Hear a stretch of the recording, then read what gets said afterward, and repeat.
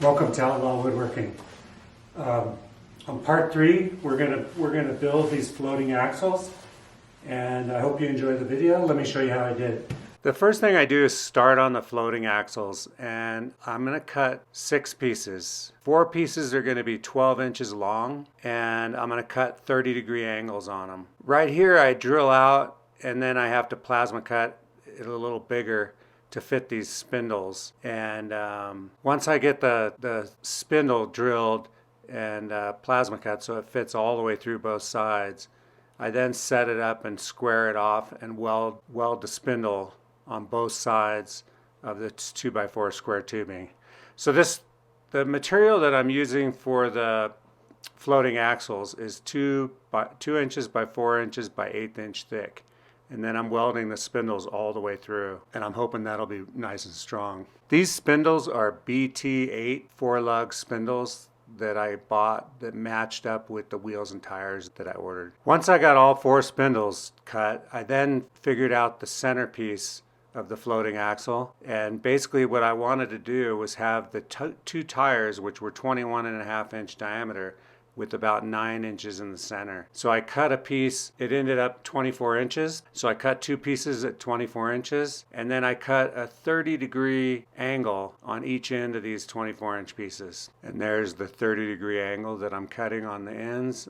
I double checked that this measurement with the angle is going to work out okay, and everything looks good. So I finished cutting up the angles on both these pieces. And here's what they're both going to look like. The dimension between the 2 spindles is about 30 inches, which leaves about 9 inches, 8 or 9 inches in between the tires, which turned out good. I was really happy with that. Right here I clean up all these pieces and get ready to weld them. Right here I get a straight bar, and I use some of my clamps from my wood shop and clamp this thing straight.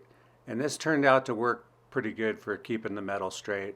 And then I was able to tack it before welding it. And that seemed to work pretty good. Tack it, clamp it with the straight bar, tack it, and then take it and lay it down in the jaw horse and weld it. And there's both of these fully welded. Now I need to now I need to make an enclosure for the hub to bolt into. And basically it's just going to be 3 pieces, 45-degree cuts, and I'll weld it around so that I can drill and bolt this hub into there. And here's how they're going to lay out, right like that. And then I weld them together, clean them up and weld them. Once these were fully welded, then it was time to mark and drill the holes for the hub to fit into. Right here you can see I mark how I'm going to mount the hub in there. And basically the idea is I'm going to press out these studs in this hub, and then I've got some longer grade 8 studs or bolts with lock nuts that I'm going to run through here. Right now I'm just going to bolt, I'm basically going to do assembly on the hubs,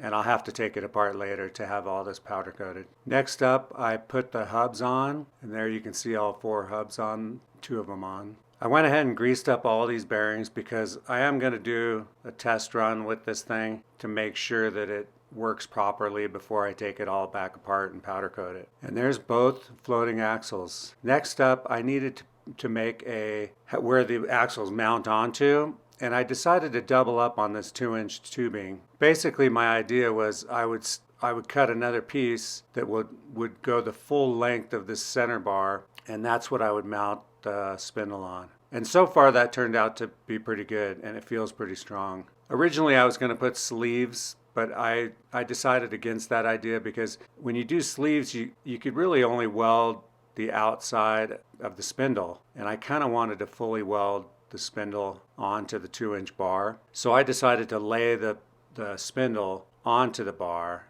instead of using these sleeves. So right here you can see I thought about it for quite a bit actually, and then I came to the conclusion that this was probably a stronger way to do it. That way I could just fully weld that thing right onto that tube. And then I'll also weld a 2x2 cap on the end of it. So there you can see I'm going to just weld this onto this 2-inch bar, get it tacked all straight first.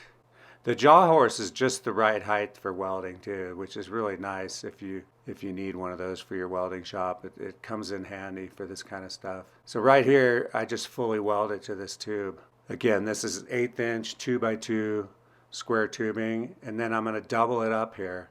So I run this all the way across the center So now I've got basically 4 inches of square tubing on these spindles. And I believe that's going to work pretty good.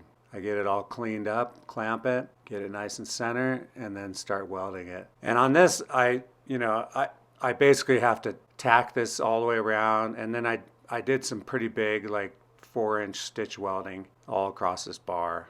I fully welded the corners, and then I did some like 4-inch welds down both sides of the bar. After I get the axle welded on, then it was time to basically assemble these floating axles and see how it looks. So right here I'm greasing up and putting on the first floating axle. Right there I'm putting on the second one. Grease is always messy. There's the second one. I really like how the stance of this is.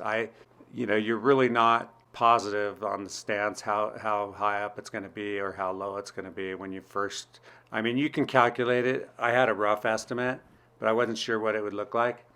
And right here I start mounting these brand new tires. These tires turned out, I'm really happy with these tires. They're 21 by 8 by 11, and they worked out really well. They were about $100 each, which is kind of expensive when you're trying to build a trailer. And that's the stance that it's going to have. I decided to put all the outriggers in to give it a look once over, and that's what it's going to look like. I am going to do it. I went ahead and put on this front. I put this on just temporarily. I'm going to build a custom swivel hitch for this thing, and I'm also going to do it. It's going to have a drop hitch to level out with my TOOLCAT really nice. But right here I just throw on this temporarily. That way I could tow it around my garage or move it around if I need to, if it starts getting too heavy. Thanks for watching Outlaw Woodworking. I hope you enjoyed this video of the floating axles. And next up we'll put some more supports in, and we'll probably start working on the crane. Anyway, thanks for watching. Please subscribe, like the video, and I'll see you next time. Later.